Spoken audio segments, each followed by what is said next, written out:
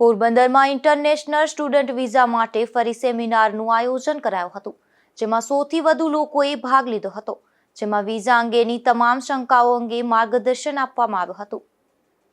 વડોદરાના શુભ સ્વસ્તિક education centre દ્વારા રવિવારના રોજ પોરબંદરના તાજાવાલા હોલ ખાતે આ સેમિનાર યોજાયો હતો, જેમાં America, Canada, London, Australia, Singapore, Mauritius અને ફ્રાન્સ સહિતના દેશોમાં જવા માટેના વિકલ્પો તેમજ વિઝાની તમામ પ્રક્રિયા, રહેવાની અને નોકરી માટેનું માર્ગદર્શન, બેંક દ્વારા લોન કરાવવા માટેની પ્રક્રિયાની માહિતી તેમજ વિવિધ દેશના પ્રતિનિધિઓ સાથે શંકાના સમાધાન સહિતની માહિતી પૂરી પાડવામાં આવી હતી.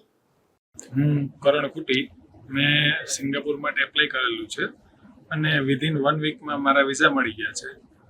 સો મારો સાથ સહકાર તેજસભાઈ તથા શુભ સ્વસ્તિક એજ્યુકેશન ગ્રુપને હું આપું છું. તમે બી આપો. Thank you.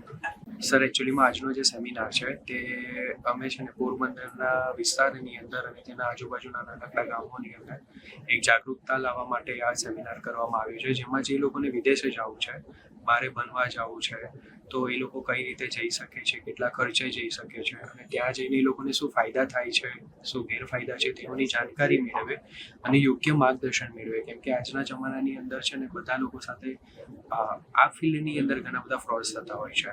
તો અમે તેનાથી કેવી રીતે આપણા સ્ટુડન્ટ્સ અને આપણા લોકો બચી શકે અને કેવી રીતે સાચું માર્ગદર્શન લઈને વિદેશમાં જઈ શકે, તો તેનું આપણે માર્ગદર્શનનું એક નાનકડો સેમિનાર ગોઠવેલો છે, જેનાથી પોરબંદર અને તેના નજીકના વિસ્તારના લોકોને સાચું માર્ગદર્શન મળવાની સાથે સાથે તેઓ વિદેશમાં જવાનું તેમનું સપનું પૂરું કરી શકે. પોરબંદરમાંથી અનેક વિદ્યાર્થીઓ વિદેશ જતા હોય છે, ત્યારે આ સેમિનાર મારફતે તેમને પૂરું માર્ગદર્શન મળે તેના માટે પ્રયાસ હાથ ધરાયો હતો.